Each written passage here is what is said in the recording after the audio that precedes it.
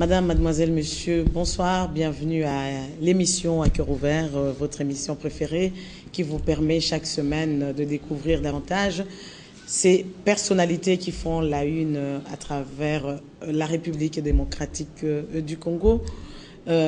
Sur ce plateau, je reçois l'honorable Fidèle Babala, que je reçois pour la 4e fois. Beaucoup d'entre vous le connaissent, mais il y a certainement ceux qui ne le connaissent pas suffisamment.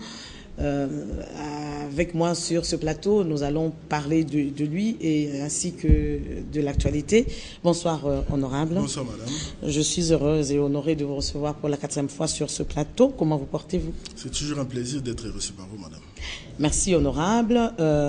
Pour ceux qui ne vous ont pas suivi précédemment, À Cœur Ouvert oblige.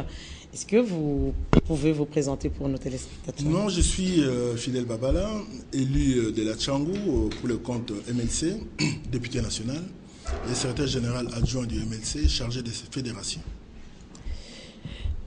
Vous avez commencé donc votre carrière ici à Kinshasa, moi je le sais, et pour les téléspectateurs? Non, j'ai commencé dans le privé, dans les secteurs bancaires d'abord, ensuite secteur pétrolier où j'ai passé le plus clair de mon temps. Et ensuite, la politique avec Jean-Pierre Bemba en 2003, et dont j'ai terminé comme directeur de cabinet, directeur de campagne de Jean-Pierre Bemba. Un motif de fierté pour vous, bien entendu. Merci de vous l'entendre dire. Fidèle Babala, l'un des fidèles de Jean-Pierre Bemba. Comment se porte Jean-Pierre Bemba aujourd'hui? Jean-Pierre Bemba est en train de suivre son procès. Qui se déroule à La Haye. Je crois qu'on est dans la dernière phase de la déposition des témoins à décharge. Il y aura des vacances parlementaires, des vacances judiciaires plutôt, je crois, vers le 15 juillet pour reprendre le 15 août. Je crois que nous sommes dans la dernière ligne du processus judiciaire et nous espérons que le jugement sera en faveur de notre président national. Et si le jugement est en sa faveur, Jean-Pierre Bemba sera acquitté. Et dans ce cas de figure, il reviendrait à Kinshasa? Rien ne l'empêche de revenir à Kinshasa. Il est congolais. Il y a un mandat d'arrêt contre lui. Venant d'où? Du procureur général de la République démocratique du Congo. Vous l'avez vu, ce mandat? Ce mandat n'existait pas. C'était un effet d'annonce. Et de toute façon, sur les faits allégués par le procureur de l'époque, puisque c'est plus les mêmes. La continuité de l'État? La continuité de l'État oblige. Je devrais vous dire aussi, madame, qu'il y a un rapport de Human Rights Watch sur les événements de 2007. Tout le monde sait que ce n'est pas Jean-Pierre Bemba qui a ouvert les faits le premier. Il n'a fait que se défendre. Et on sait d'où sont venus le premier coup de feu. Et les rapports étaient suffisamment explicites. Il y a ces rapports, il y a les rapports de la MONUSCO. Jean-Pierre Bemba en prison, on le ressent de plus en plus au sein de votre parti, qui n'est plus aussi fort que quand que Jean-Pierre Bemba était en liberté. Déjà, vous n'avez pas pu obtenir le même nombre de députés à l'Assemblée nationale. Et puis, on sent quand même des querelles internes. Vous savez, madame, là où il y a des hommes, il y a toujours, en commençant sur l'aspect querelle interne, il y a toujours ce qu'on appelle la démocratie interne au niveau du parti. Tout le monde n'est pas obligé d'être d'accord avec tout le monde. Cela est un fait, mais bon, dès là à ce que les humeurs des uns et des autres passent pour de la dissension, je crois qu'il y a une marge. Concernant le score fait par les MLC, nous sommes le seul parti qui est parti aux élections sans une locomotive. Bemba n'était pas là, nous avons pu faire le score que nous avons fait, ce qui est méritoire. Il y a d'autres partis qui n'auraient pas tenu le coup, 7 ans d'absence de leur chef et faire le score que nous avons fait. Je crois que cela relève de l'exploit. À titre comparatif, le PPRD, lors de la législature passée, avec combien de députés, aujourd'hui ils en ont moins. L'UDPS qui n'était pas là a la moitié de ce que nous, disons le double de ce que nous avons. Tout simplement parce qu'il y avait une tête d'affiche. Nous avons démontré l'ancrage profond du MLC dans le pays. Nous avons été sans la caisse de l'État aux élections. D'autres partis sont partis avec la caisse de l'État. Je ne les cite pas. Vous suivez mon regard, vous allez comprendre. Nous sommes partis sans une tête d'affiche au niveau des élections présidentielles. Mais nous avons eu 22 députés. Ce qui est méritoire, compte tenu du fait qu'il y avait un certain nombre de réclamations en ce qui concerne, des récriminations, voulais-je dire, en ce qui concerne le caractère transparent du scrutin. D'autres ont acheté leur voix. C'est un débat qui est ouvert, qui n'a jamais été fermé. D'autres ont été nommés. C'est un débat qui reste ouvert. Il n'y a qu'à vous renvoyer sur les rapports de l'Union européenne, des observateurs de l'Union européenne, de la Fondation Carter, et vous verrez si le scrutin était libre, transparent et sincère. Ce qui nous amène à toute la polémique qu'il y a eu autour d'Ngoï Mulunda, qui a salopé, excusez-moi du terme, nos élections, qui nous amène dans une situation de crise aujourd'hui. Mais avec la complicité quand même de votre envoyé à la CENI, qui s'appelle Jacques Njoli. Il faisait partie de l'équipe. De là à dire qu'avec sa complicité, je mets beaucoup de réserves. Jacques Njoli a pu faire ce qu'il a pu faire.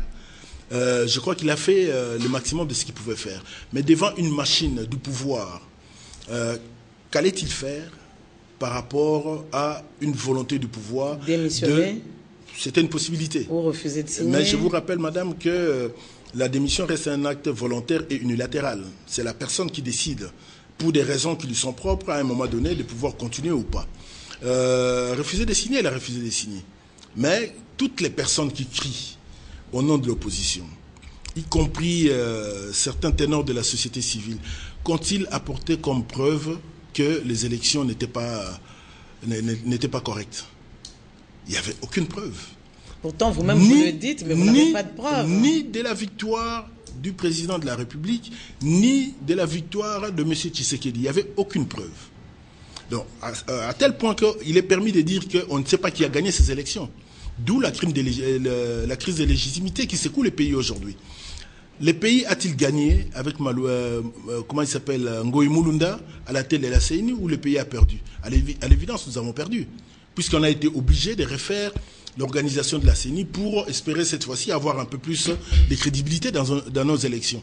Je rappelle toujours aux tenants du pouvoir que tricher c'est facile puisqu'ils ont toutes les armes pour le faire, mais les conséquences sont souvent désastreuses pour le pays.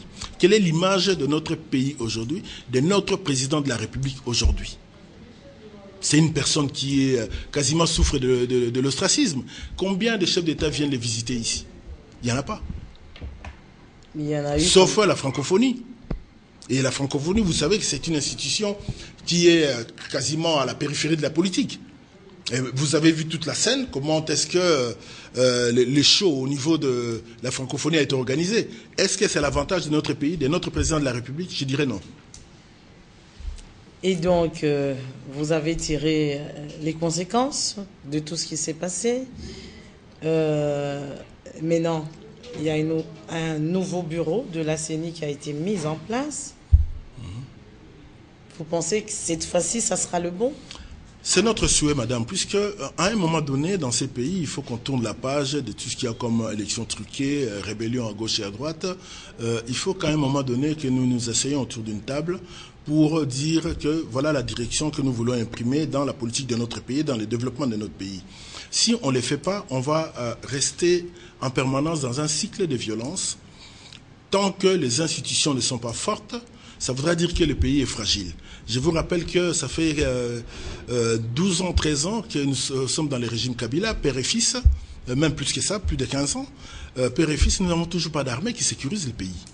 Donc nous n'allons pas continuer comme ça. Il faut qu'à un moment donné, qu'on puisse analyser les causes, les tenants et les aboutissants de la faiblesse de notre armée et des rébellions récurrentes à l'Est. À un moment donné, quelqu'un s'est présenté comme étant les pacificateurs. Mais aujourd'hui, si on doit faire le bilan de la pacification du pays, que dira-t-on? 100% sûr ou pas? On va y arriver. On citait deux pacificateurs. On citait Joseph Kabila et Vital Kamerhe. Je ne sais pas de qui vous parlez. Vital Kamerhe, c'était plus au niveau de la chansonnette. Mais le président de la République, c'était au niveau, c'était son slogan officiel de campagne. Mais aujourd'hui, est-ce qu'il a pacifié le pays? J'ai dit non. M23, CNDP, RCD à l'époque, tout cela reste flou. Je vous rappelle qu'au niveau de l'Est, c'est la 17e guerre en moins de 10 ans. 17e. Quelqu'un qui pourrait dire qu'il est pacificateur, j'aimerais qu'il aille le dire aux gens de l'Est qui souffrent des affres de la guerre. Vous êtes de là-bas, vous connaissez mieux que moi, mais par compassion et par solidarité, je reste solidaire de mes frères de l'Est.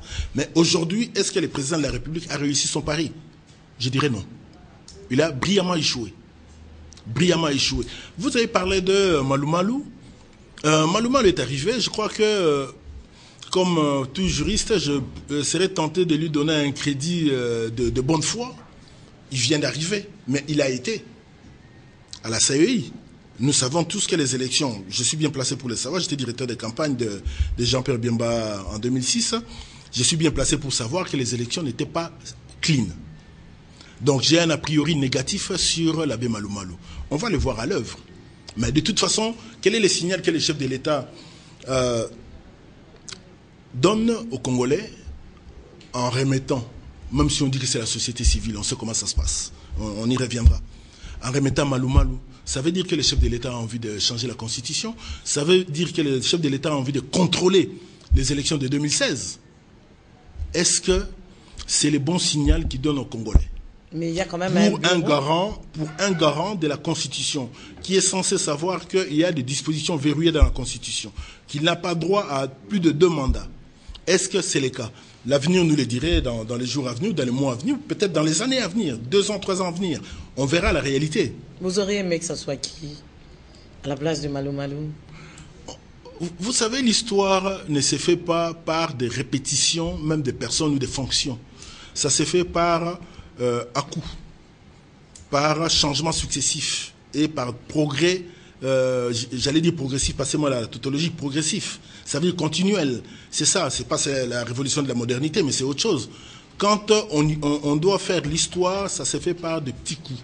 Remettre Pangoy Mulunda, Malou Malou, de toute façon, ce sont tous des abbés ou pasteurs, c'est quasiment la même chose. Est-ce que c'est un plus pour les pays ou un moins pour le pays? Moi, je dirais moins. Est-ce qu'il n'y a pas d'autres personnes dans le pays ici qui soient intègres, qui soient capables de conduire des élections plus ou moins propres que l'abbé Malou Malou? Mais avec la même expérience. Vous savez, l'expérience, c'est la somme de ce qui s'est passé. Bon ou mauvais, il faut tirer de bonnes leçons des expériences. Non, je veux dire, le président de la CENI, avec une expérience quand même dans l'organisation des élections. Madame, organisation des élections. Il faut que l'organisation des élections ait été un succès pour considérer que c'était une expérience positive. Là, en l'occurrence, j'ai quelques a priori négatifs.